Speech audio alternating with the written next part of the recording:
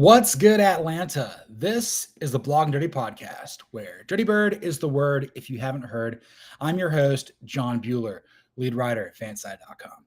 I'm so excited, guys. Training camp's here. So the offseason's almost done. We've almost got Atlanta Falcons football that's really going to matter. Get to prove all the pundits out there who don't know what they're talking about wrong, because this team's going to be awesome. I am so fired up. I appreciate everybody here at Blog and Dirty Bird Nation, subscribing and following along to the podcast. Be sure to hit that subscribe button, smash that like button, do whatever you need to do. It's been one hell of a ride thus far this offseason. We've got a lot of momentum. I guess there's really no other place to start other than, with a vibe check. Like I said, training camp's here.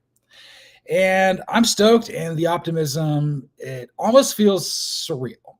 Look, I'm kind of being a prisoner of the moment here in some capacities. I feel like the last couple of training camps and preseasons, I'm like, oh, the Falcons, they're going to get it done. They're going to make the playoffs for the first time since 2017. They're going to win the division. They're going to have a home playoff game at the Benz. It's going to be great. And a lot of times that was wishful thinking. But I think right now, I think it's more than that. It's far more palpable than that. And it's all about this team coming together with its collection of talent, with the coaching staff, everybody firing in all cylinders, and just winning. And we look at a team last year that went 8-9, fell apart down the stretch.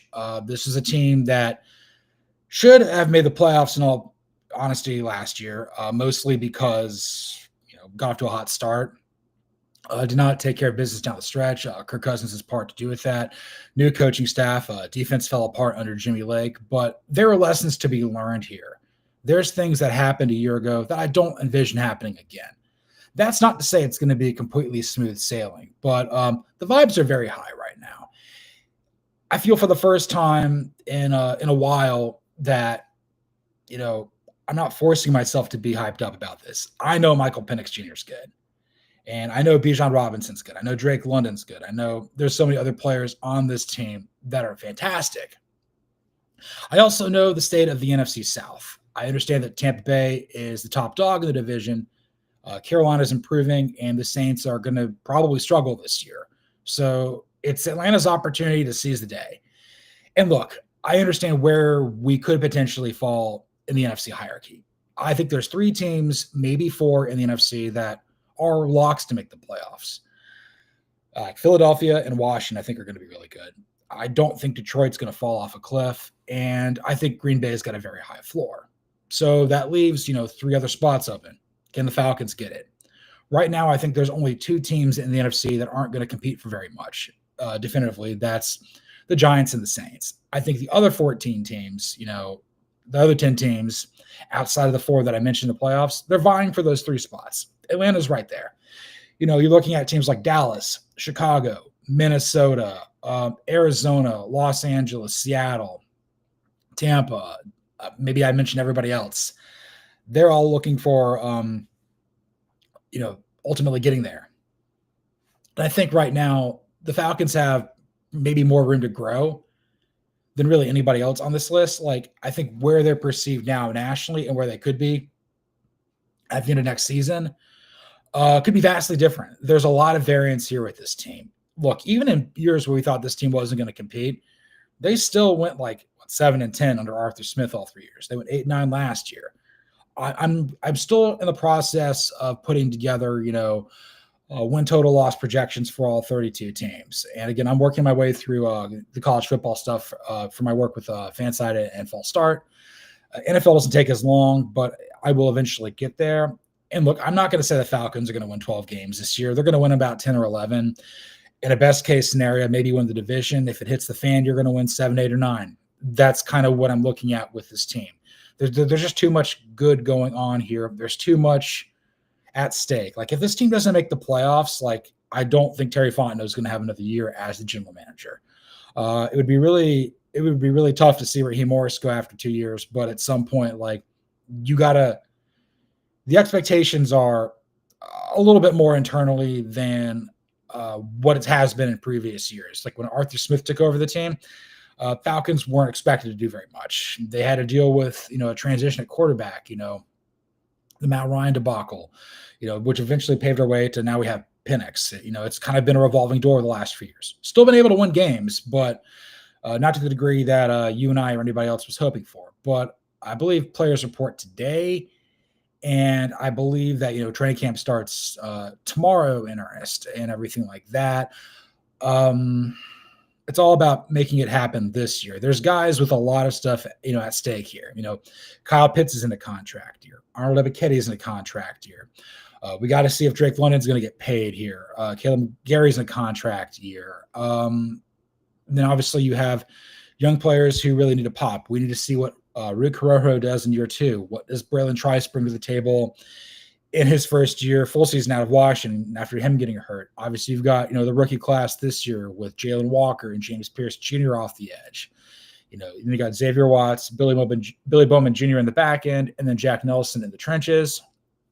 You've also got 2 guys that people have talked a lot about, including myself, about, undrafted free agents, whether that would be Nick Nash at wide receiver or Kobe Bryant at cornerback. But I'm very optimistic about what this team can do, but it all starts with, everybody pulling in the same direction, having a great camp, and getting ready for a good fall, because the schedule's not easy. I mean, this is a second place schedule. There's a lot of wins to be had, but losses could pop up as well. So I'm very excited. And let's move on to probably what I think is going to be the most intriguing part of the episode. Let's have a further calibration to our roster. Yeah, always love talking like Mike Smith whenever I can do it. So I'm going to set the tone here.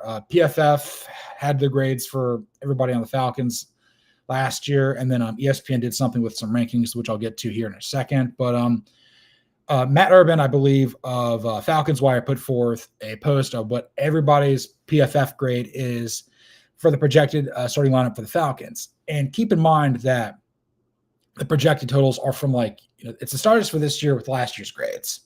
So it's accounting for what Jalen Walker did at Georgia and James Pierce Jr. did at Tennessee. So this isn't everything. And again, I'm not a big stats guy, and I understand that the grading for a PFF, it's very subjective. They're trying to figure out how each player did on every single play, positive, negative, good, bad, or ugly, or downright terrible, without necessarily knowing what the play is. They don't necessarily know, what an offensive lineman's trying to do, if this receiver is supposed to do this or whatnot. But this just kind of gives you an idea of, how well they did during this past season. So, as you could probably expect, the starting offense graded pretty well. And for me, I think if you've got a grade in and around an 80, that's pretty good. If it's 75 or better, we can make it work. And I'll just rattle it off real quick and kind of give my thoughts here. That the Falcons have got Michael Penix Jr. at 87.5, Bijan Robinson at 92.8, Tyler Algier at 86.4, Drake London at 87.5, Darnell Mooney at 74, Kyle Pitts at 59.6, Jake Matthews at 79.8, Matthew Bergeron at 70.9, Ryan Newsel at 58.5, Chris Lindstrom at 93.5, and Caleb McGarry at 73.8. As you look at this offense, it's abundantly clear that there's 2 superstars of this 11. That's not Caleb Gary. He's still really good, but Chris Lindstrom at right guard and Bijan Robinson at running back. Those are 2 players that I think you'd be hard pressed to say are not top 5 at their respective position group in the NFL. Then you kind of got guys, in the high 80s with Penix, Algier, and London. Again, I think these are all guys that, particularly with Penix and London, that were okay, they're about to be stars in this league. If they're as good as advertised, then this is great for the Falcons and everybody else. Algier, I think he's also in a contract year. I think he's a 5th-round pick out of BYU. Whenever he comes in, he does make an impact, but I wonder, if he's going to be part of this team beyond this year. I would hope they bring him back, because even though Robinson's probably more of the feature back, having 2 running backs like this, anytime the Falcons have had a great ground game with 2 solid running backs, they win.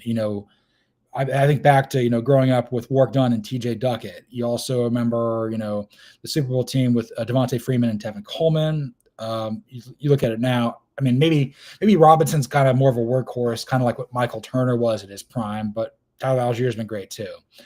And I look at the offensive line here. I mean, Lindstrom's great. And then, we know what Matthews is and McGarry as well. Really need Bergeron to step up because I still kind of have some concerns about Ryan Nuzul. Again, it was kind of more of like, is he better for the money over what we had to pay Drew Dahlman? Maybe, but it wasn't by much. And I think Dahlman being hurt for like half of last year didn't help his case. Chicago paid him a lot of money. He'll probably have a lot of success there with the Bears and will probably look stupid. Really kind of wish we would have kept him. I think that would have been much better for our team. But again, we'll see what happens with Nuzul. And the Bergeron, a second-round pick out of Syracuse. I believe he played tackle for the Orange for Dino Babers, and I think they kicked him inside. But I think, again, having a guy like Lindstrom and a guy like Matthews on the offensive line, you learn a lot from them. And then McGarry, he's kind of in a big role too. He's expecting a lot of himself, kind of more of a run blocker than a pass protector. But again, like, we know what he is. He's very solid, and I think that's why the Falcons have a top 10 offensive line of football. I think they're the 8th best. I wrote about that for fanside.com a couple weeks ago. So that's really good. Now let's and then obviously I think with Mooney and Pitts, Mooney I think is going to have a bigger role with this team. Pitts has to be good because his career is hanging in the balance. I don't know if he's going to come back to the Falcons beyond this year, but he's got to be better. I also think he's got to get a better feel for the offense too. They know what he can do. They know what his limitations are. Again, the 2021 draft was a crapshoot. Maybe we should have gotten Jamar Chase. And I'll just leave it at that. Looking at the defense, here's the projected starting defense with last year's PFF grades. Again, keep in mind that James Pierce Jr. and Jalen Walker's grades are from their time in the SEC at Tennessee and Georgia, respectively. So you got Rico Rojo at 56.2, David Onyemata at 66.2, Morgan Fox at 51.5. Along the defensive line, with linebacking core, James Pierce Jr. had an 86.9 at Tennessee, Caden Ellis 71.1, Jalen Walker 73.8 at Georgia, Leonard Floyd 53.5, and then your defensive backfield, you've got AJ Terrell at 68.5, Mike Hughes 71.9, D. Alford occupying nickelback at 58.2, Jesse Bates the third at safety at 80.2, and then Jordan Fuller coming over at 53.8. So really the big thing you have to remember here is Leonard Floyd is effectively replacing Matthew Judon, and Jordan Fuller is replacing Justin Simmons. And again, those guys were not part of the team. And I'm speaking on behalf of Judon and Simmons until training camp. Like, we've been doing the show for about a year. The first couple of episodes, I talked about, them getting Judon, pursuing, getting Simmons, and then maybe they were thinking about going with Hassan Reddick at some point. And those were I think are episodes 2, 3, and 4. So it's been a minute. But again, Floyd signed with this team. Fuller comes over as well. They've been with the team all offseason up to this point. Maybe it's kind of more of a micro adjustment. Again, I don't really know as much about Fuller as I do Floyd. The 53.5 for Floyd doesn't land well with me. I think the 49ers were kind of having a down year. I think him reuniting with Raheem Morris is very good. I think being able to mentor a fellow Georgia player and Jalen Walker is tremendous. And I'm not really high on the 49ers. I'll probably talk about that here in a segment coming up. Again, I think Mike Hughes had a really good year last year for the Falcons. He's kind of solidified the other starting cornerback position. And we'll talk about this a little bit more with the status of the roster. I like the secondary. Some people, it's kind of controversial. Maybe that's the area of strength for this team. But I will say, though, there's not a lot of depth. So if somebody were to get hurt, this team might get screwed in the back end. But there's other players out there that are still unsigned this late into the offseason, both at cornerback and safety. So I think you could get a guy off the street. I'd pursue a guy like Stephon Gilmore. I understand that he grew up in Greater Charlotte, played at South Carolina, from Rock Hill. Maybe he's more for Panthers, but there's an opportunity here to come play for the rival Falcons. So we'll see what that does as well. But I guess really to tie a bow on this with the defense, I think our defensive line sucks. There's really no way around that. Rojo needs to really step up and be what we were missing in Grady Jarrett. Again, he played at Clemson. Clemson does a very good job year over year of developing defensive line talent. It can be a little more hit or miss, but the guys usually are what the NFL is looking for. That's the area of strength under Dabo Swinney in his time there leading the Tigers. Look, The other thing I'll say about this with Pierce and Walker's grades, Pierce is surprisingly high and Walker's is surprisingly low. And I think with Pierce, his role is maybe more defined. Tennessee had a very fantastic pass rush and really good defense last year for Tim Banks, a guy who I thought could have won the Frank Broyles Award up there in Rocky Top. Pierce, I go back and forth. I'm pulling for him, but there was some stuff about him that reminded me of Vic Beasley, which just scares me, for lack of a better word. I'm glad he was the 26th pick and not the 15th pick for the Falcons. And as far as with Walker's concerned, a 73.8, look, this guy is lining up all over the field. This guy is an ultimate mismatch. And I also think about this. Two teams in the division passed over him. The Carolina Panthers, he's from Salisbury, North Carolina, so he's probably grew up a Panthers fan or is familiar with the Panthers. They went with Tetairoa McMillan, wide receiver out of Arizona, a guy who's phenomenal. Maybe he's the next Drake London, Mike Evans. He's that kind of player. And maybe the Panthers have a really good receiving core. Again, they're trying to do everything in their power to set up Bryce Young for success. But if my hometown team passed on me and they needed this, I would make it a point to, and I go to a rival, I'd make it a point to kick their ass every day and twice on Sundays. And then the Saints, they take Kelvin Banks Jr. out of Texas, the bookend tackle, who Walker ate his lunch twice, both in Austin and in Atlanta last year. So I expect it to be more of the eating of the lunch variety every time we play the Saints here. And again, with Walker and Pierce, I'm not expecting them to have double-digit sacks this season. Maybe they get there, but like collectively, if they can combine to get us about 10 or 12, that'd be really good. You're also banking on the likes of Leonard Floyd stepping up, getting around 8 or so. Arnold Ebiketie, again, he's in a contract here. He needs to do something. I think the pass rush isn't really the biggest issue for this team. I don't think that necessarily is going to be the bottleneck. Like if the Falcons can't rush the passer, it's not going to dictate their season as much as this other thing, the other big X factor, which is Michael Penix Jr. So yes, the Falcons are probably going to win with offense more so than defense. They're going to probably win with the running game and then the receiving game as well. I think defensively, they got to force turnovers. And I think more importantly, they got to get off the field. Maybe if it's bend but don't break. And I don't think it's going to be sexy. Maybe there'll be plays where Jesse Bates really uses his ball hockey skills. And I think he's going to be a big factor to helping these two rookies, particularly, maybe three if you want to throw Kobe Bryant in there. But Xavier Watts grew up idolizing this guy. You know, he played his college ball at Notre Dame. Jesse Bates is from Fort Wayne, Indiana. Obviously played his college ball at Wake Forest and then began his career at the Bengals before coming here.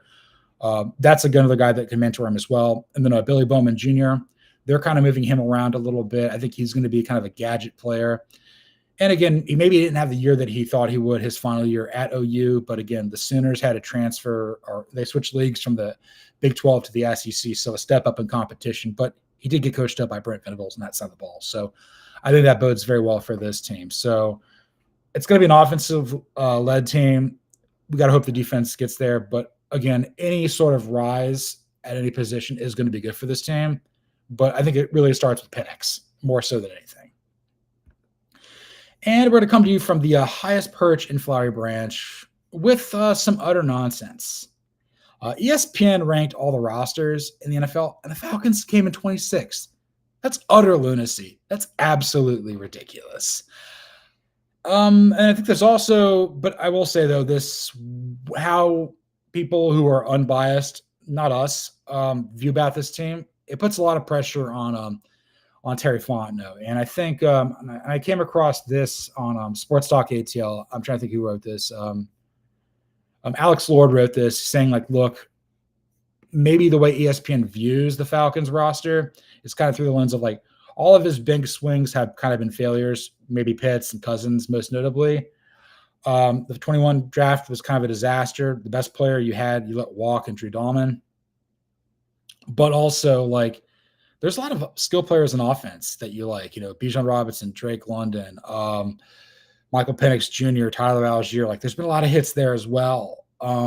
So it really comes down to basically if this team doesn't make the playoffs, Fontenot's going to eat it. And because again, he survived the end of Arthur Smith, and now he's here with Raheem Morris.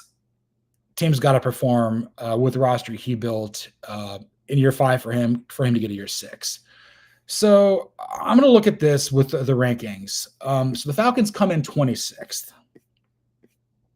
Here are the teams that are behind the Falcons, just so we get a clear view of this. The New York Giants at 27, don't see it. That team sucks. 28, the Titans, don't have a lot working with it, but I'll talk about them here a little bit. 29, the Jets, haven't been good forever. 30, the Panthers, I think that's kind of disrespectful to them, but again, this is a team that's still trying to figure itself out under Dave Canellis and Dan Morgan and whatnot. 31 with the Browns. I like them a little bit more than other people, but again, this team picked number 2 or had the number 2 pick for a reason, and then the Saints at 32. I don't know if I would put any of those teams ahead of the Falcons, but here's the teams that are ahead of the Falcons in the next 10 or so picks. 25, the Colts. 24, the Dolphins. 23, the Raiders. 22, the Jaguars. 21, the Patriots. 20, the Seahawks. 19, Steelers. 18, Cowboys. 17, Cardinals. 16, Chargers. 15, Bears. And it's not until you get to the Packers at 14 where I'm like, okay, I don't think I can argue the Falcons over the Packers.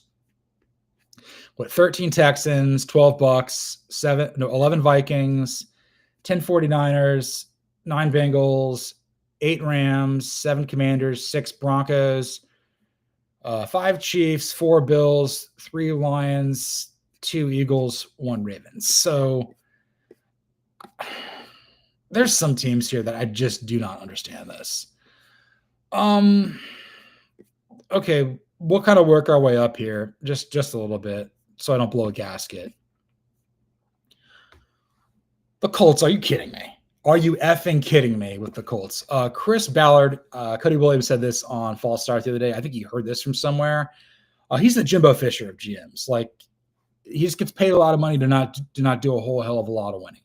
While I will say that the Tyler Warren pick that the Colts made this year was fantastic, Anthony Richardson was a terrible pick 2 years ago.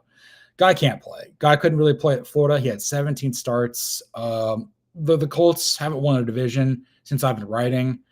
Been doing this for a decade. Haven't won in Jacksonville since. Like, that team's a joke.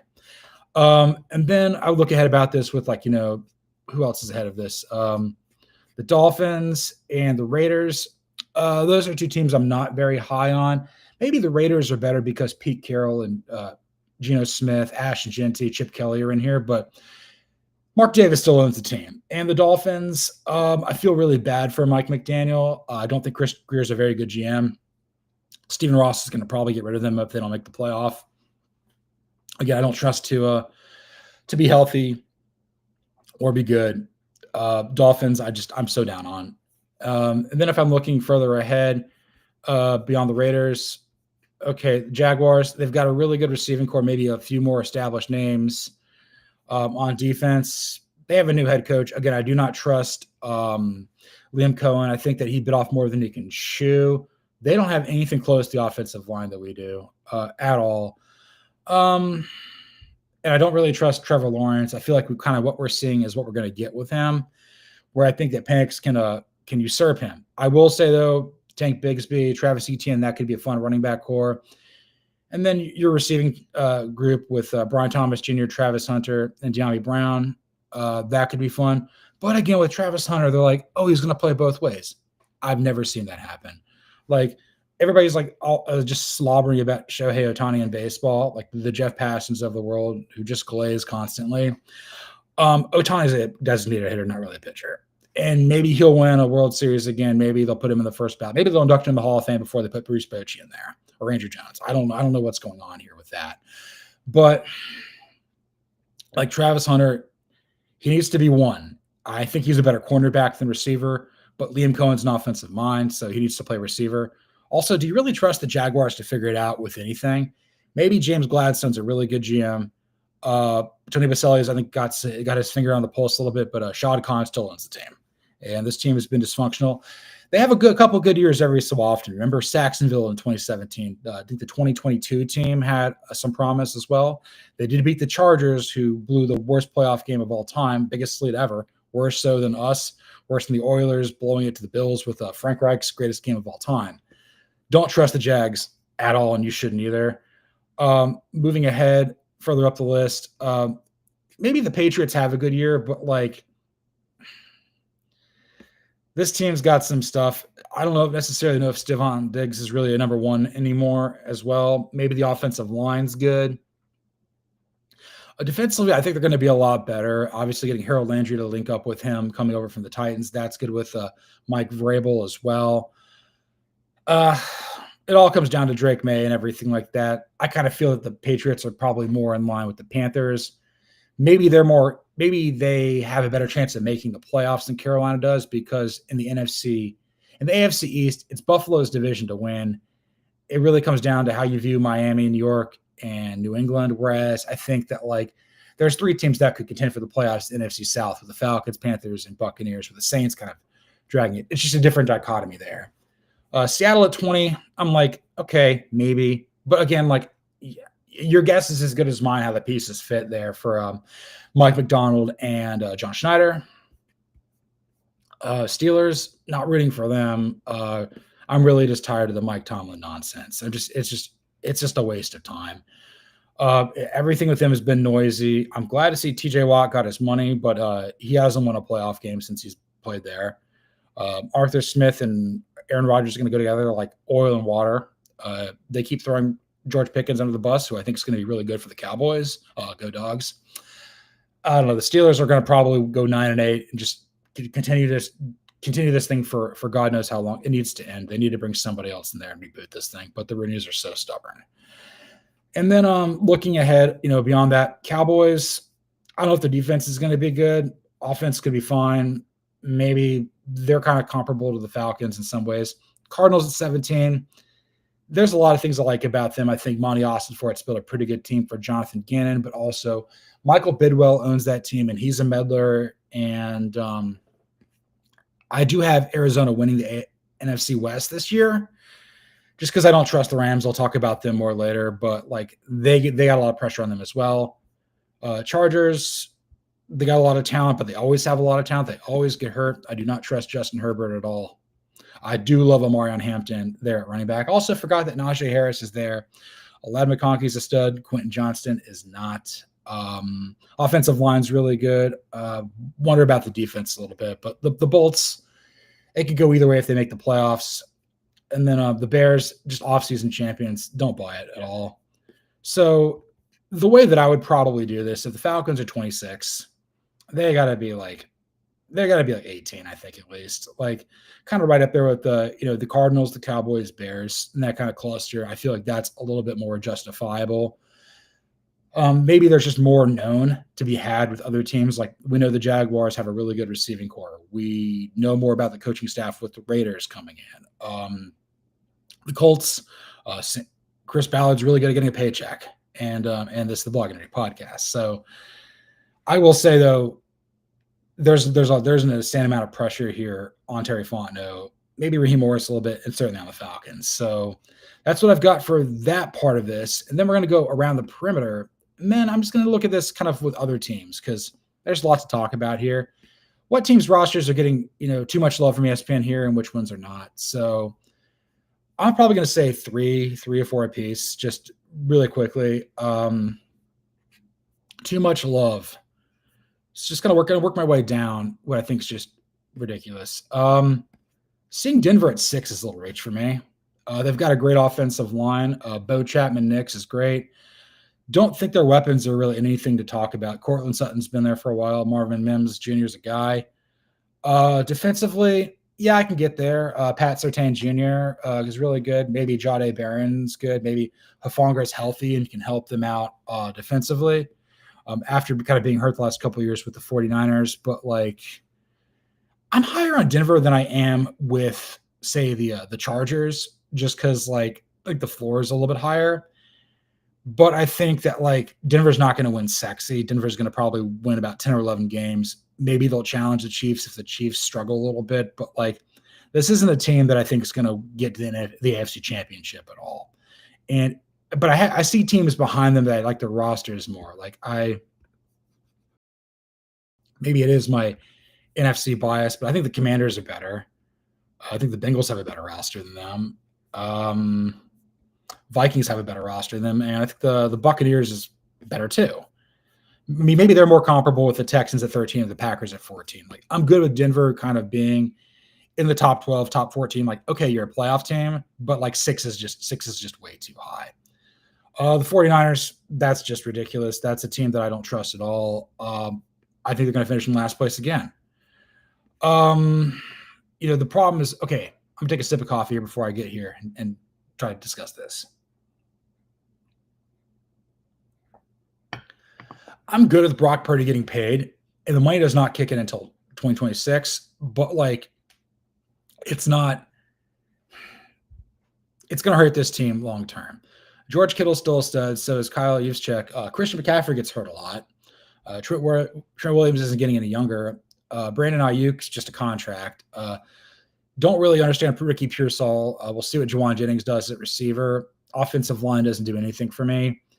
And then, you got a really good defensive line. Alfred Collins is a guy I like coming out of Texas. Nick Bosa, Michael Williams out of Georgia, Fred Warner. I feel like ESPN's kind of banking on what happened previously, thinking that like the 22, 23 49ers are going to return. And I'm dubious of that. If they don't make the playoffs again, I might think they might get rid of Kyle Shanahan.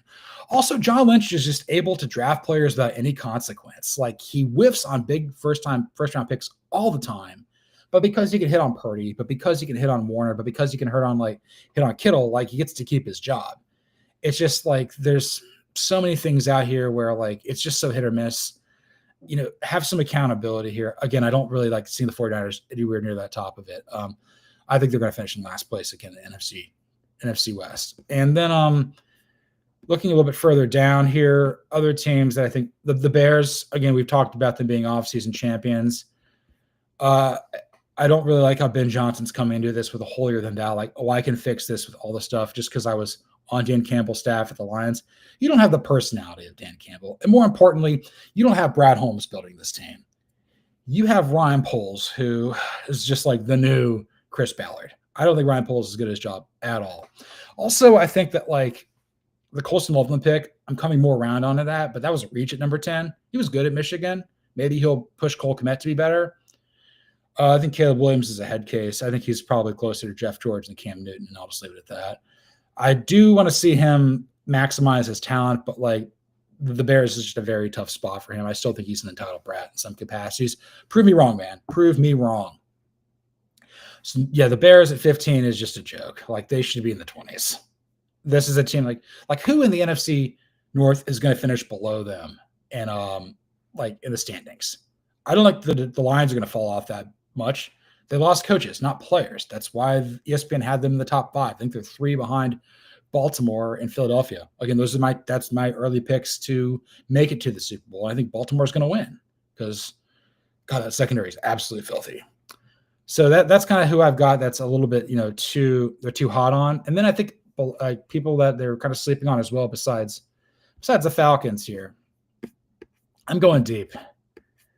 2 teams that are below the Falcons that I think could be interesting. Okay, maybe 3. The Browns, the Panthers, and the Titans. The Browns don't have a quarterback, but like this is a team that made the playoff 2 years ago. I think Andrew Berry's a really good GM. They've got talent. Some of the offensive line's pretty good. Defense, they got pieces as well. Problems they play in the AFC North, and the quarterback play is going to hurt them. They also put Kenny Pickett as the projected starter. Like, are you kidding me? I'm almost swear there, and I'm not going to do that. But the Browns, they're not going to win a lot of games, but I think they'll be feisty. Carolina, I think it's going to be better. I think the offense is really good. We got to see where the defense eventually gets there. They're kind of a year away from being a year away. I don't think they're that bad. And then obviously with the Titans, Mike Bergonzi. I wrote about this for fanside.com yesterday. I think Cam Ward's going to make up for a lot of issues with this roster, but I trust him being able to grow and learn under, what's his name? Brian Callahan as their head coach. I like those pillars of the team. I don't trust Amy Adams Strunk as an owner. She's a meddler, just like her father was. That's why the Titans have been to precisely one Super Bowl ever. And then, Borgonzi, I think he's going to have to realize he's not in Kansas City anymore. I'm going to start calling him Toto because he doesn't realize he's not in Kansas anymore. I don't know if the Titans really had a great draft, but I think Ward could be a big difference maker. And I'll say this. If Houston doesn't take care of business, I think they're winning the division. Again, this division's not good, but I think that's one as well. And then if I kind of look about, who else I think that they're kind of down on across the board, if I got to throw one more team in there, who's good? I'm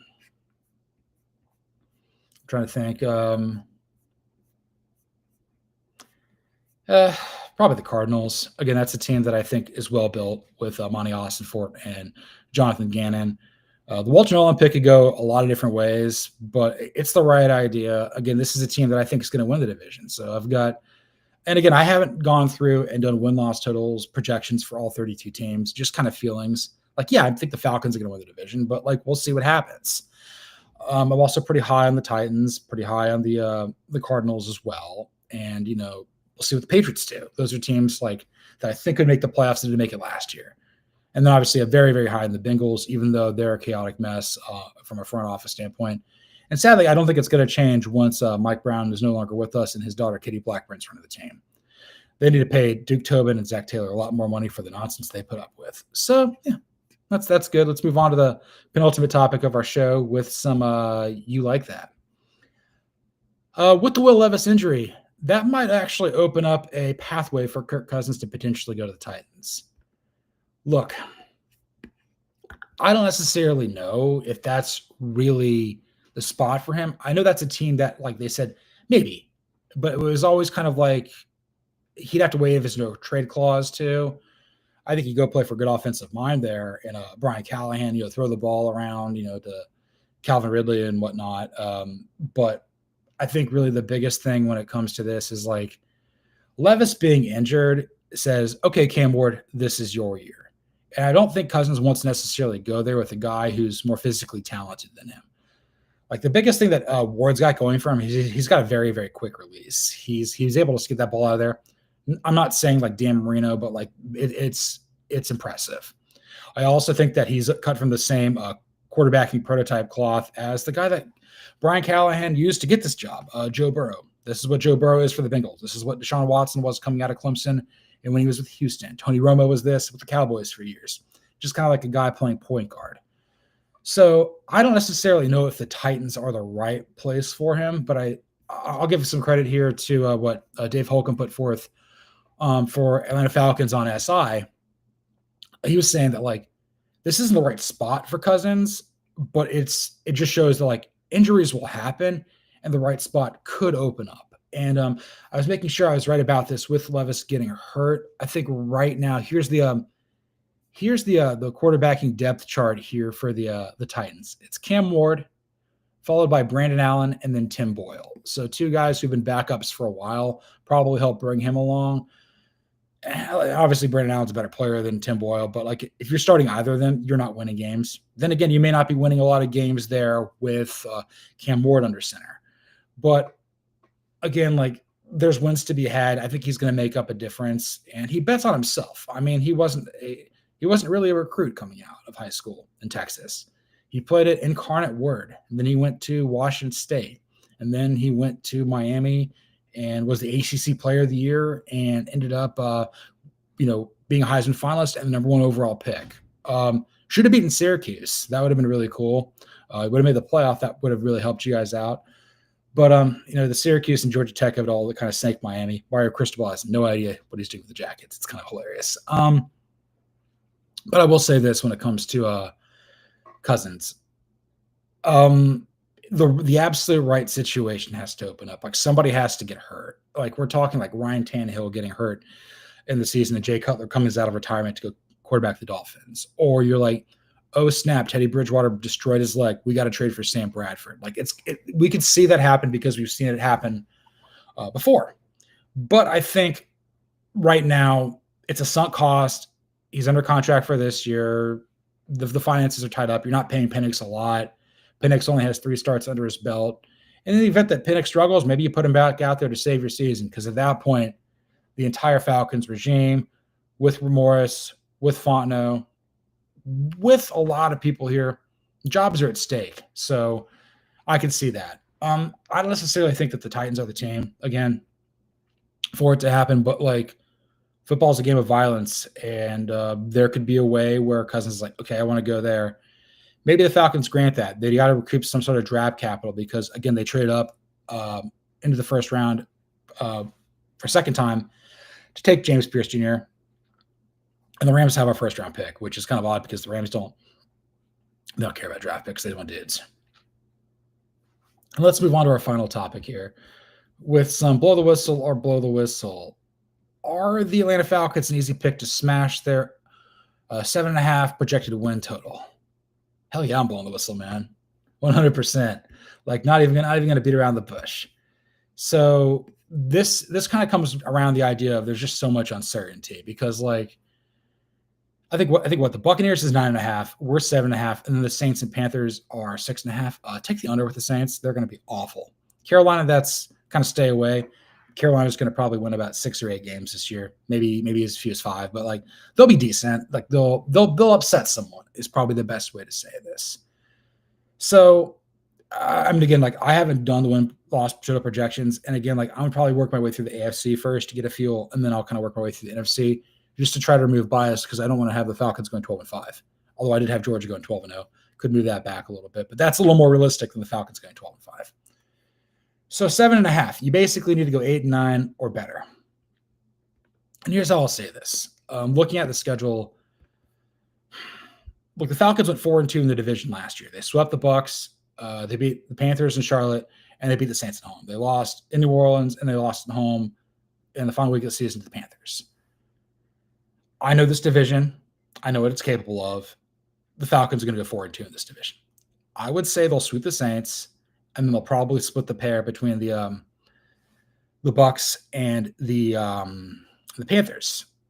And that's 4 wins right there. Are there 4 more to be had?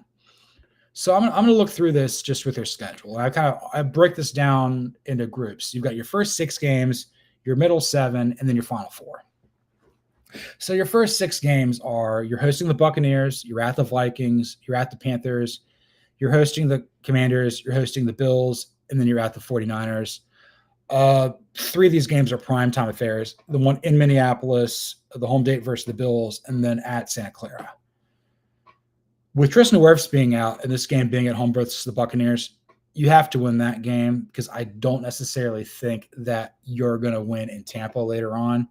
So let's just say you get a win there. Of the other 5, I think it could kind of go either direction.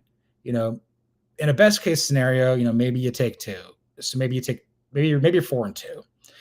You know, maybe you beat the Vikings, Panthers, and 49ers. I don't necessarily know if you're going to beat the Commanders or the Bills at home, but it's not impossible, but I'm not banking on them winning those games. So that's kind of how you feel about that. The middle 7, you know, you're hosting the Dolphins, you're at the Patriots, you're playing the Colts in Germany, you host the Panthers, you're at the Saints, you're at the Jets, and then you host the Seahawks. This is where your bread's buttered here. There's not a lot of teams here that are, how would I say this? Like locks to make the playoffs. I'm down on the Dolphins. This is at home. You got to win that game. I'm down on the Colts. It's in Germany. You got to win that game. You got to beat the Panthers at home. You got to probably beat the Saints. And then obviously at the Patriots, at the Jets, and home versus the Seahawks, you probably got to win one of those games as well, like maybe 2. Then your final 4 games of the season, you're at the Buccaneers, you're at the Cardinals, you host the Rams, and I think the Buccaneers and the Rams are in prime time, then you host the Saints. You have to beat the Saints. I don't think you're beating the Buccaneers, and you're probably going to split between the Cardinals and the Rams.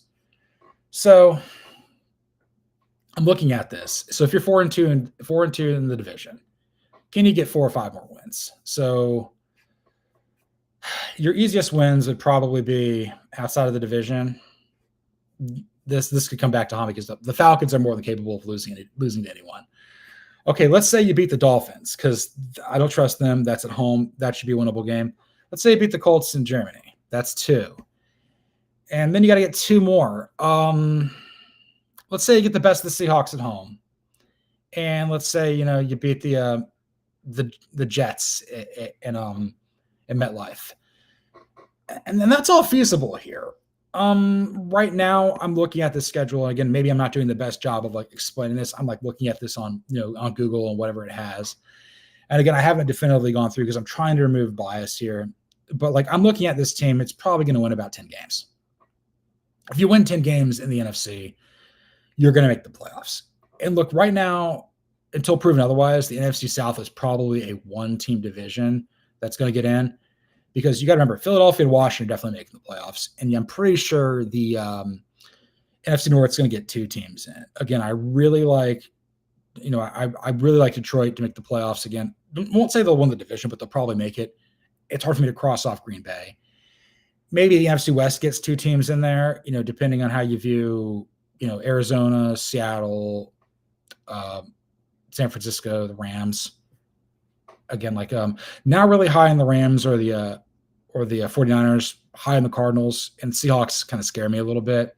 And then I've obviously talked about how the NFC South is.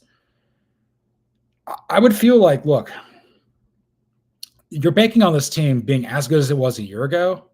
You have a coaching staff that's been here for a whole other year, a whole season with Michael Penix Jr. as the starter, another year where Bijan Robinson's in his prime, Chris Lindstrom's in his prime, Jesse Bates III's in his prime, Drake London's hitting his prime. I don't think Young Ku's is going to be as bad as he was a year ago.